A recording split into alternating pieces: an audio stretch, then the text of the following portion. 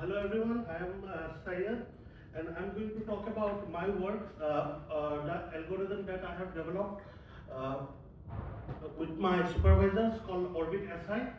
It's an orbit-based algorithm for the subgraph isomorphism problem. So let's start with the subgraph isomorphism problem. We have two graphs. One on the left is the small pattern graph. On the right we have the larger data graph. The problem is to find whether the small graph exists within the larger data graph. Right. So we can see one of this embedding. It's the one in color within the data graph, the larger graph. This is another embedding. Right. So we have two embeddings in the data graph. This is the NP-complete problem, but there are heuristics available that try to speed up the search process. So the heuristics that are available, they are usually three-stage heuristics. In the first stage, for each vertex in the pattern graph, we try to find the vertices in the data graph to which the vertex in the pattern graph might potentially map to. In the second stage, we order the vertices in the pattern graph in the order in which we are going to actually perform the search, and in the third stage we do the actual search. The third stage is the NP-complete stage. The rest of the two stages are polynomial time, right? So the first stage, filtering. This is one of the filters that we do, level filter. For example, U0, we see it will map only to red vertices. U1 is green in color, it will potentially map to only green vertices, and so on. So this is level vertices in which we select the vertices in the data graph with the same level. Then we get to degree vertices. Now we see that vertex 7, for example, has degree equal to 2. It has two neighbors. Vertex U2 on the pattern graph, on the other hand, has three neighbors.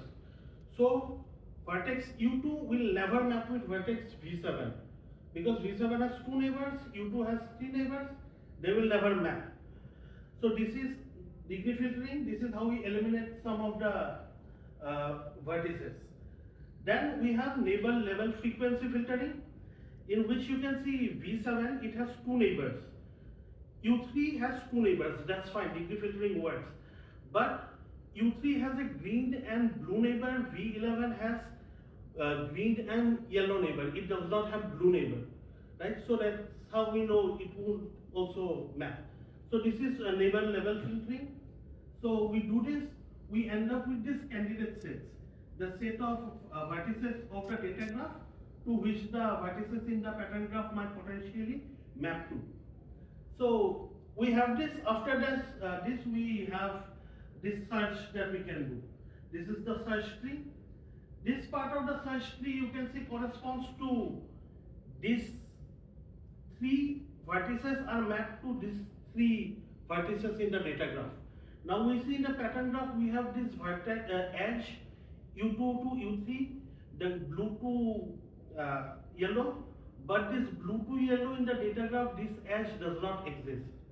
So we have this constraint check fail and we backtrack. This is the only constraint that we check during the search process, the existence of an edge. Alright, so this is an example of a successful search. This is the example of another successful search. Right? So this is what we have after. This is the search of the subgraph isomorphism. Now our contribution, our paper, we use the local topology of the graphs to refine the filtering and the ordering stages. Now how do we do that? Some preliminaries, we have motifs, also called graphlets. So these are 17 graphlets of up to size K4. Now out of these 17 graphlets, we have 6 connected graphlets, this 6 on the top, this triangle, this edge. So 9, sorry, not 6, 9 connected graphlets, right? This 6, this 2 and this. So these 9 connected graphlets gives us 15 orbits. Orbits are automorphic groups of vertices within the graphlet. So that essentially means vertices in a graphlet which can be isomorphic to itself, right? So we have these 15 orbits and we use these orbits to do filtering and ordering. How the filter idea is essentially, I won't read this out, I will show this with an example. Okay, we have in the candidate set of U1, we have say V2, right? So this is U1, this is V2. U1 has two triangles incident on it, on the pattern graph. In the data graph, V2 has only one triangle incident on it. So the basic idea is that on U1 in the pattern graph, there are two triangles in the neighborhood of U1.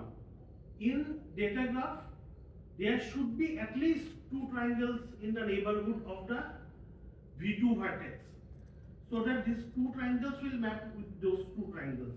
We don't have those, so we can essentially remove V2 from the candidate set of U1.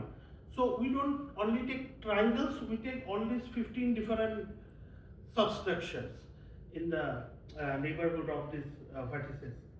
So we see orbit 3 is triangle, and we see that U1 has two triangles, so it's equal to 2.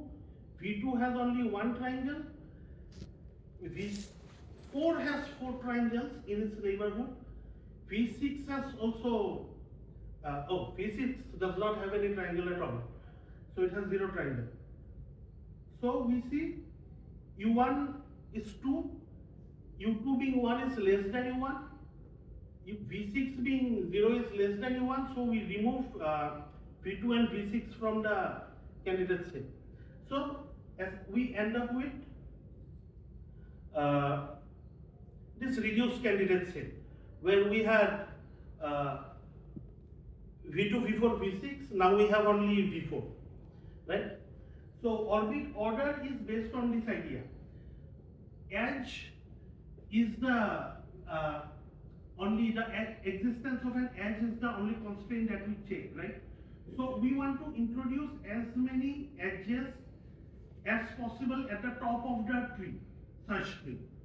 So what we do is, we believe that the pattern of vertices with a complex topology will have more edges at the top, not only edges but connection structures would be more complex for a vertex with complex topology. This complex topology we get through the orbit count. So vertices with higher sum of squared orbit would be ordered at the top, essentially. So we end up with this search tree. So for comparison, this was the search tree we had before. This is the reduced search tree we have with OrbitSI for the example graphs. Okay, these are 8 data sets on which we have done empirical experimentations. These data sets go from like 3,000 vertices to up to 3 million vertices. We see that OrbitSI is faster than the baseline models. We have taken 3 are shown here. There is one more baseline model that we have studied, but that's too expensive, so we do not show that here. So this is what we have compared to the baseline. We are almost always faster, except in 2 data sets. Those are HPRD and DBLP. I will talk about why we are slow in these 2 data sets. In the rest of the 8 data sets, we are faster. So we see this. Our filtering is more restrictive, but it has a cost. So our filtering is the most expensive among all the baseline models. However, this filtering is polynomial. Although we are more expensive in this polynomial part, the NP complete, the red part, the search part, we are doing the best, essentially. Because we are more restrictive, the search tree in our case is always smaller.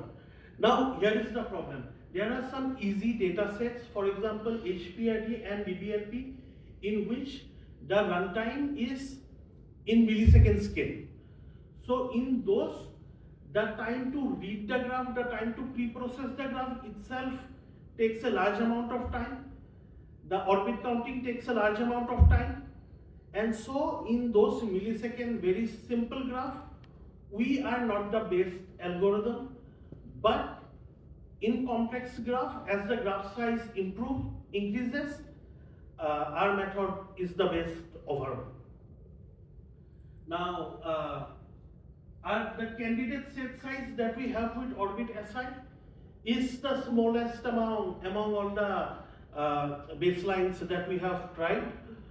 And yeah, this is essentially my paper.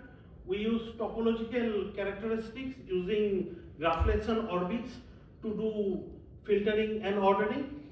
And we have tested this across 8 data sets. Each data set has 1 data graph and 1800 pattern graphs. And we have seen that compared to 4 baseline models, we are faster by a factor of 2.69 to 11.49. So I would like to acknowledge two funders essentially. Thank you.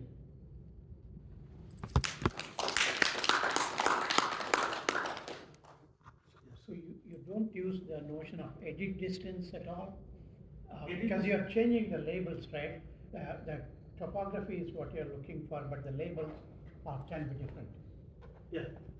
So you're substituting the labels. But you can substitute in many different ways, right? Substitute the labels as in to make them the same isomorphic graph. So here, the next one. Yeah, that one. So there is no U0 in the other one. So you have to say V0 is the same as U0. Yeah. But you can also say V0 is the same as U1 or U2. It can match any of the 4 and do that, right? No. These are graphs with labels already.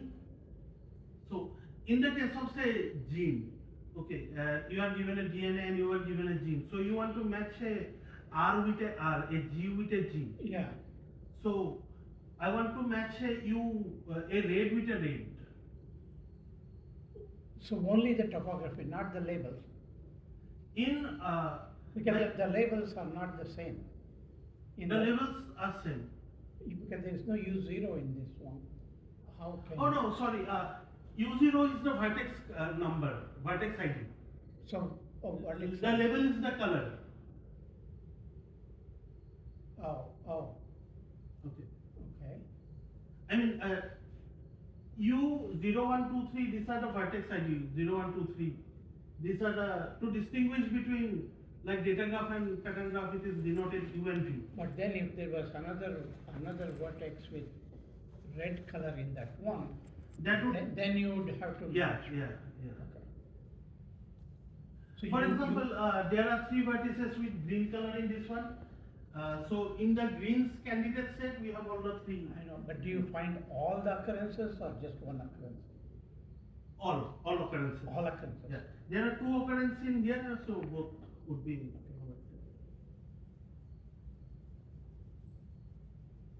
I mean, I am doing the subgraph isomorphism enumeration variant.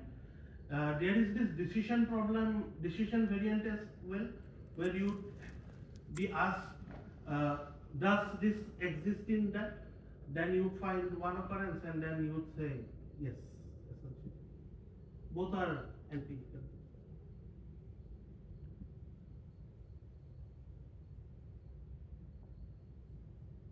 Okay. Thank you.